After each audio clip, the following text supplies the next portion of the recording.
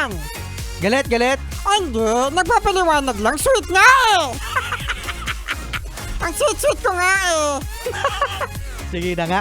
Kamusta yung mga best natin na nanalo ng major prize sa Christmas party? O kaya naman, meron ng binabalak na kapag sila ay nanalo sa Christmas party, ang kanilang napanalunan ay Ibibenta! ibebenta. Yeah, maaaring yan ay sa ka-office mate. O kaya naman, yan ay ibebenta nila online. O, kasi nga naman mga beso, no, usually ang mga pinaparaffle ay Oven toaster! Electric kettle! ano pa? Rice cooker! Flat iron! Baka kabisado ni Marcia, no? Ano pa? Yung washing machine, mahirap ibenta yan kasi baka naman papalitan nila yung washing machine nila. Oo nga. Microwave oven! Ba, dami Oh. Flat TV! Ba, Aircon! Meron ding refrigerator o kaya gas range! yan yung mga appliances na pwedeng mapanalunan sa Christmas party. Pero mga bes, ang iba naman kasi maaring hindi nila kailangan, kaya ang ginagawa nila ay binibenta na lamang ang kanilang napanalunan. Yun nga lang, ang kanilang binibenta na appliances na napanalunan nila sa Christmas party ay Bagsak presyo! Ay, hindi din! hindi rin ba? Hindi rin ba baksak presyo? Bakit? Kasi minsan tinutubuan pa nila. Tinutubuan pa kasi nila yan! Grabe kapal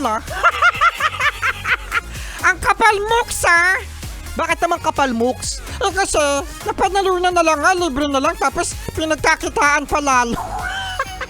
Pinagkakitaan pa. Good luck mga best talaga, no, sa Christmas party. Kasi yung iba dyan, kahit antok na, kasi alas 2 na ng madaling araw.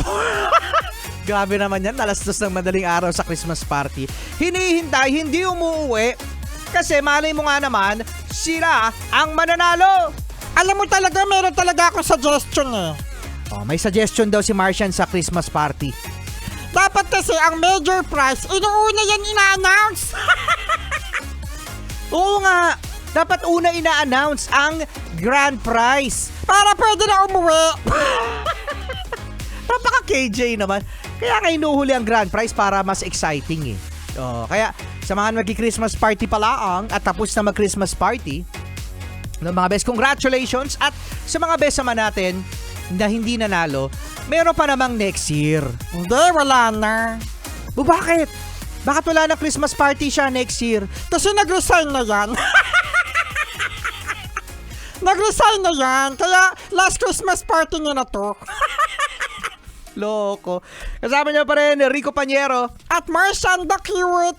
dito sa Yes the Best. Ito na ang ating next song mula naman sa Moonstar 88, ang Migraine. Bakit nga ba masakit ang ulo? At bakit nga ba migraine ang title nito, Martian?